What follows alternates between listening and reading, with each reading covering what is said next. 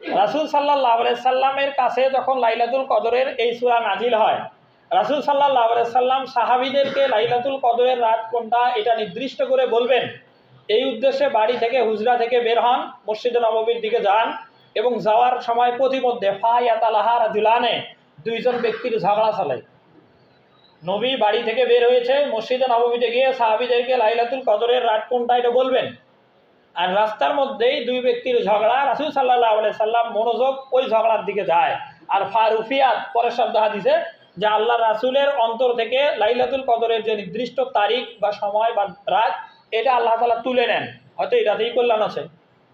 এরপরে রাসূল সাল্লাল্লাহু আলাইহি সাল্লাম মসজিদে এসে সাহাবীদেরকে লক্ষ্য করে বলেন যে তাহাররু লাইলাতুল কদরি ফিল আশরিল আওয়াখির মিন রমাদান, রমজান মাসের শেষ দশকের যেগুলো বেজর রাত, এই বেজর রাতগুলোতে তোমরা লাইলাতুল কদর খোঁজো।